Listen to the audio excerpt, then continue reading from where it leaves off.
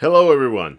Today, we're diving into an intriguing topic that touches many of our lives: the relationship between humility and anxiety.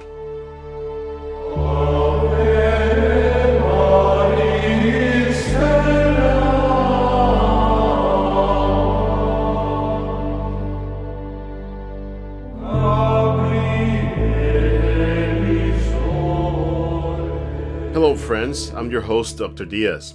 Humility is often seen as a virtue. It's about recognizing our own limitations and being open to the perspectives of others. When we approach life humbly, we're less likely to set unrealistic expectations for ourselves. This can lead to decreased anxiety because we are not constantly trying to live up to an impossible standard. Studies suggest that humility can be linked to lower levels of stress and anxiety. But there's a balance to strike. Too much humility, on one hand, might make us feel insignificant, which can also lead to anxiety. So, what do you think? Can embracing humility improve your mental health? I always go to Scripture. What does Scripture say about humility? One of the most referenced biblical passages about humility is from the letter of St. Paul to the Philippians. The letter of St. Paul to the Philippians incorporates a timeless piece of wisdom that is found in chapter 2, verses 3 through 4. Do nothing out of selfish ambition or vain conceit. Rather, in humility, value others above yourself, not looking to your own interests, but each of you to the interest of the others. This passage captures the essence of humility in a profound way. It's not about thinking less of ourselves, but rather thinking of ourselves less. By placing the well-being of others at the forefront, we shift our perspective away from our own anxieties, fears, and concerns.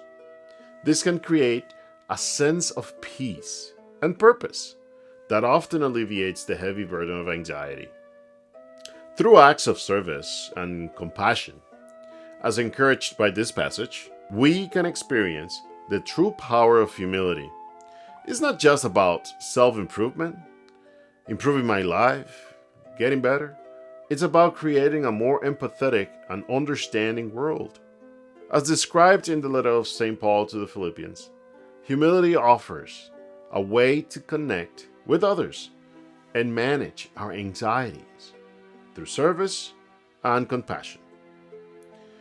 It is also a reminder that sometimes the greatest strength lies in putting others first. Now, I want to pay attention to one of my favorite saints, Saint Joseph, Christ's earthly father.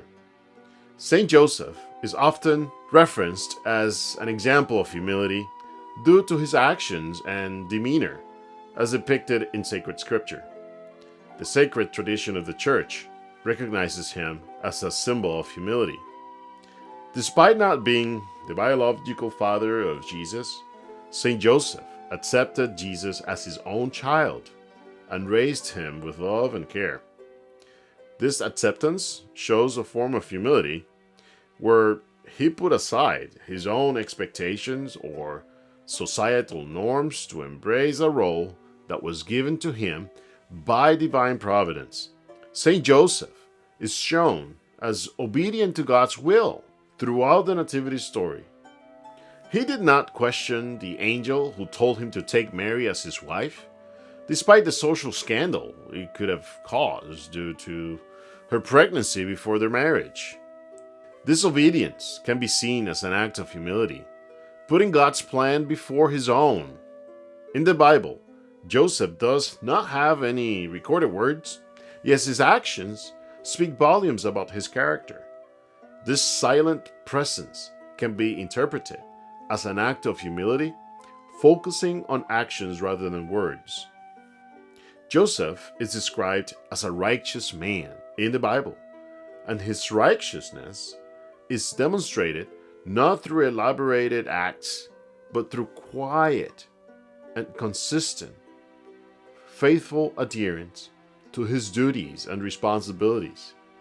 Unlike many other figures in the Bible, Saint Joseph did not seek or receive significant earthly recognition during his lifetime. His life was one of simple dedication rather than pursuit of status. The example of humility from Saint Joseph can be applied to our lives in several practical ways. Embrace your roles. Like Joseph, you can accept and embrace the roles you're given, even if they are unexpected or challenging. This means doing your best in the circumstances you find yourself in, without complaint or resentment. Prioritize others. Saint Joseph put the needs of Mary and Jesus before his own. You can practice humility by considering the needs and well-being of others before your own desires or pride. That's what Jesus calls us to do. Listen and obey. Joseph's obedience to divine messages can translate into being open to guidance and willing to follow through on it, whether it comes from your faith, moral convictions, or wise counsel from others. Work diligently. Like Joseph the carpenter, you can perform your work diligently and without the need for external rewards or recognition. Find value in the work itself and the service it provides to others. Live simply. Joseph's life was not one of grandeur, despite being the foster father of Christ. You can apply this by living a life that is not fixated on material possessions or status, but is content with simplicity. Be a quiet presence. Instead of seeking attention, you can choose to make your actions speak louder than your words. Offer support and aid without the expectation of acknowledgement or rewards. Protect and serve your family. Like Joseph protected his family, you can prioritize the safety and well-being of your own family, making sacrifices when necessary to ensure they are cared for and loved. Exhibit righteousness in daily life. Practice integrity and righteousness in all aspects of life, not for praise or recognition, but because it is the right thing to do. Avoid pursuit of recognition. You don't need to seek validation from anybody or fame for your good deeds. Instead, focus on the satisfaction that comes from living a life aligned with the values of the gospel. Now, to finalize this video, I want to introduce a special prayer that is very dear to me, the Litany of Humility. The Litany of Humility, composed by Cardinal Mary del Val, is a call to free ourselves from the chains of pride and vanity. It asks for strength to desire that others might be chosen and I set aside, that others may be praised and I unnoticed, that others may be preferred to me in everything. Friends, if pride is the most grievous of sins, humility is the epitome of sainthood. This prayer isn't just a recitation, it's a practice. As we repeat these lines, they become a meditation that can help us let go of the fears that feed our anxiety. The fear of being forgotten, the fear of being wrong, or the fear of being ridiculed. For those struggling with anxiety, the Litany of Humility can be a soothing balm. It helps shift our focus from our own concerns and insecurities to a greater trust in others and in the divine providence that comes from God. Embracing the values in this prayer can lead to a quieter mind.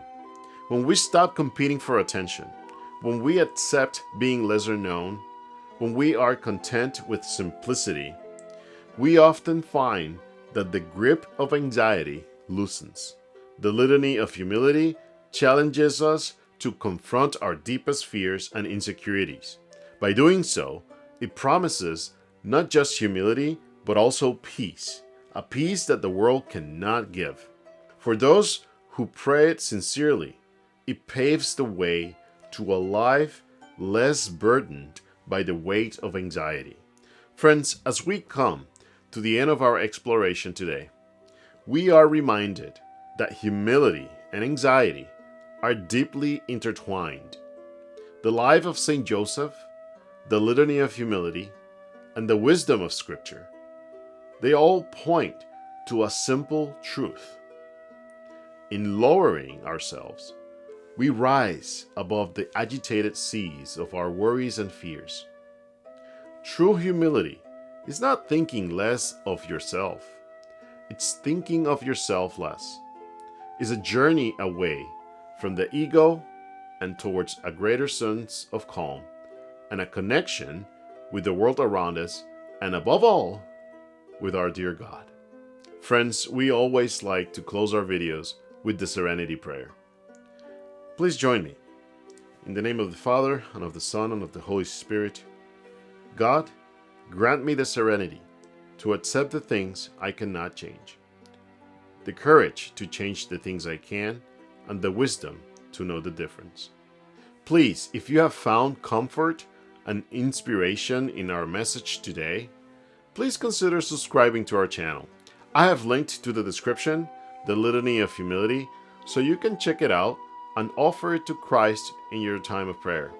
Finally, your support helps us spread the message of serenity and hope to all those in need.